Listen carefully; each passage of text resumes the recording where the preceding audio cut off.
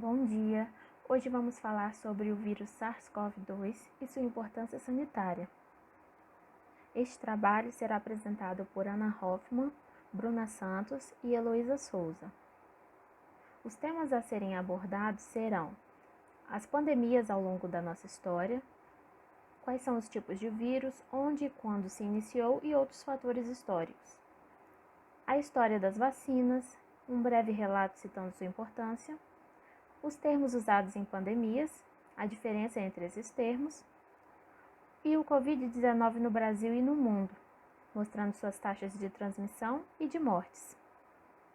As pandemias ao longo da história. Em 1348, surgiu a primeira pandemia, a peste bubônica. Logo após, em 1617, a varíola. Em 1817, a cólera. Em 1918, a gripe espanhola. Em 2009, a gripe suína. E agora, em 2019, o Covid-19. A peste bubônica, também conhecida como peste negra, é causada pela bactéria Yersinia pestis. A peste bubônica pode se espalhar por meio do contato com pulgas e roedores infectados. Entre seus principais sintomas estão o inchaço dos gânglios linfáticos na virilha, na axila ou no pescoço, febre, calafrios, dor de cabeça, fadiga e dores musculares. Historicamente, a doença ficou conhecida como a causadora da peste negra, que gerou pânico em toda a Europa no século XIV, matando entre 75 e 200 milhões de vítimas na antiga Eurásia. Estima-se que, no total, a praga possa ter reduzido a população mundial daquela época de 400 milhões de pessoas para 350 milhões. Já a varíola assombrou o mundo por mais de 3.000 anos, pois sua transmissão acontecia de uma pessoa para outra, por vias respiratórias.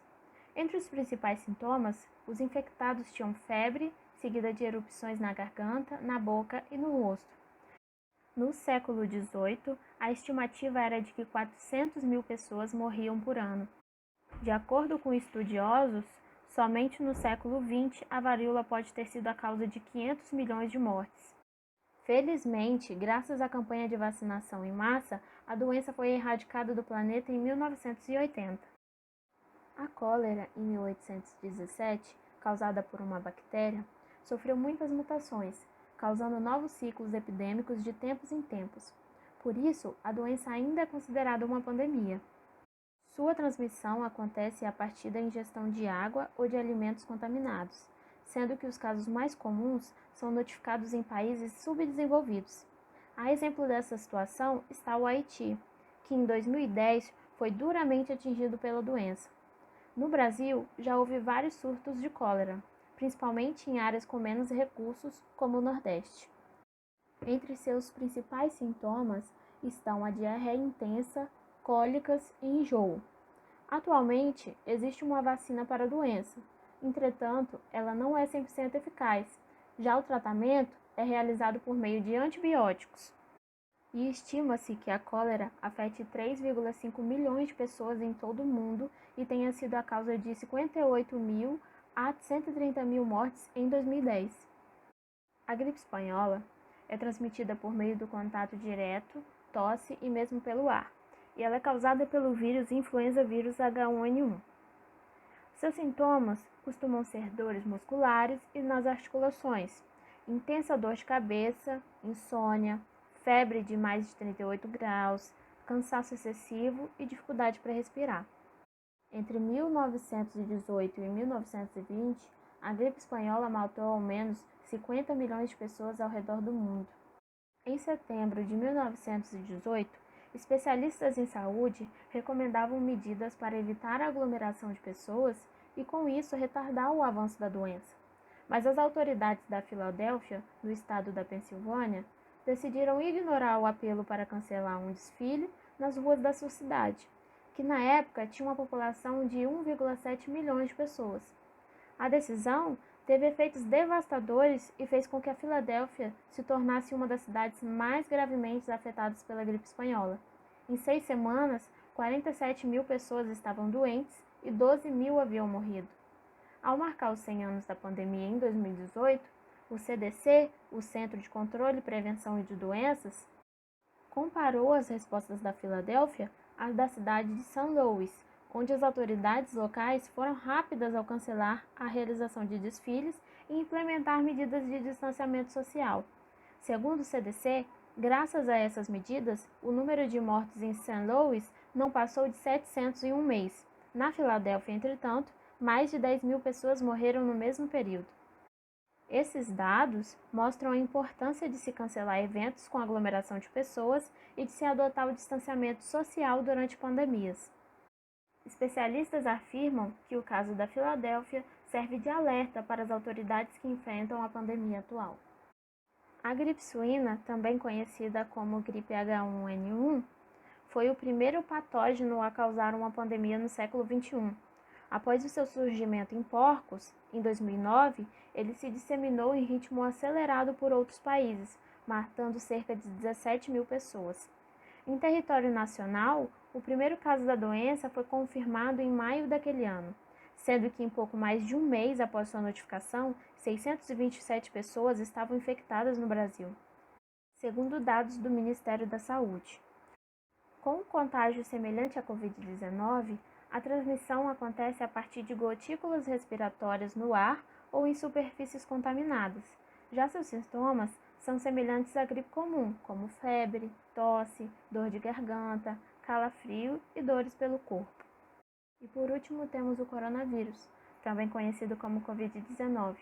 A sua transmissão é pelo contato pessoal com secreções contaminadas, como gotículas de saliva, espirro, tosse, contato pessoal próximo como toque, abraço ou aperto de mão, e também contato com objetos ou superfícies contaminadas, seguido de contato com a boca, nariz ou olhos.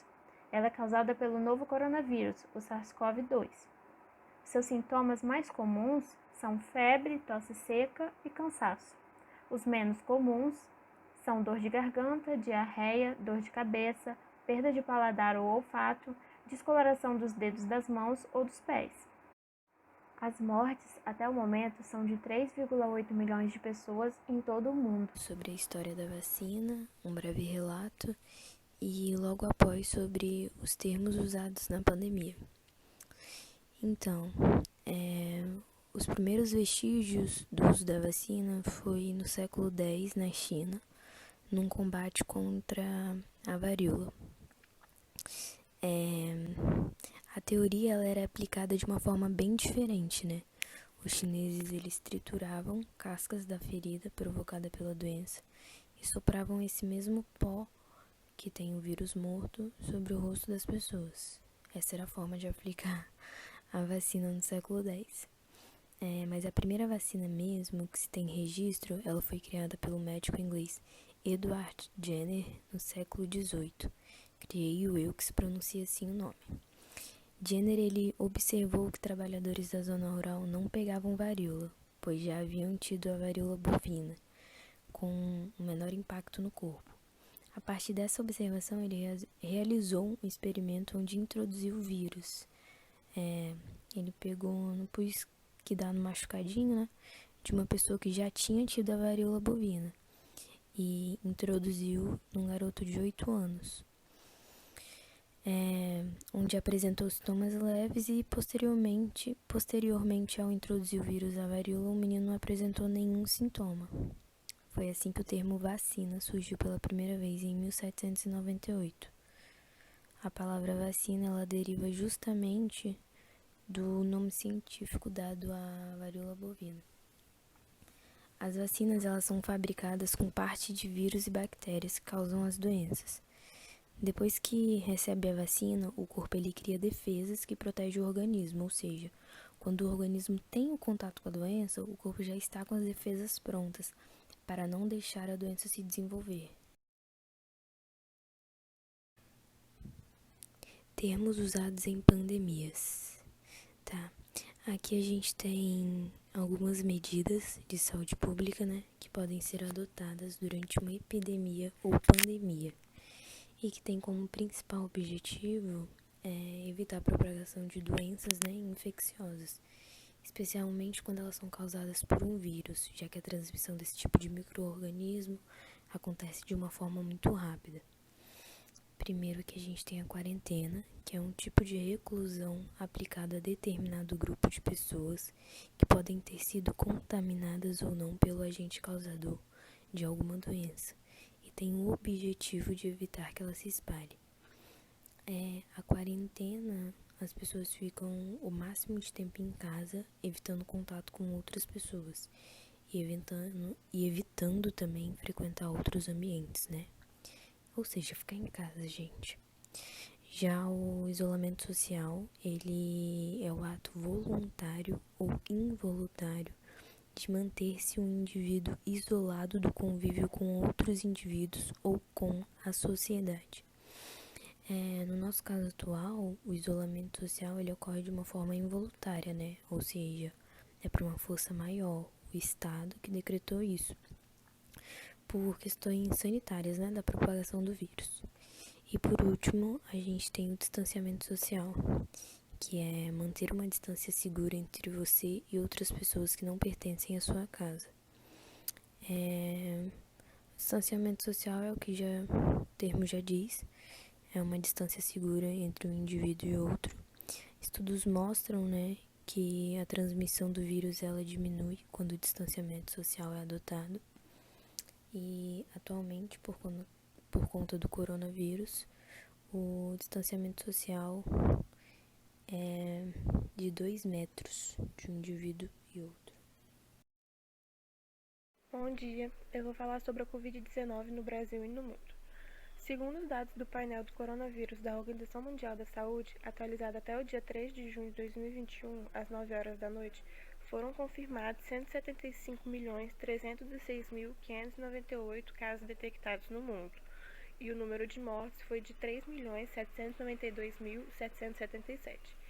No Brasil, o número de casos detectados foi de 17.296.118 e o de mortes chegou a 484.235. Aqui podemos ver as taxas brasileiras sobre a Covid-19.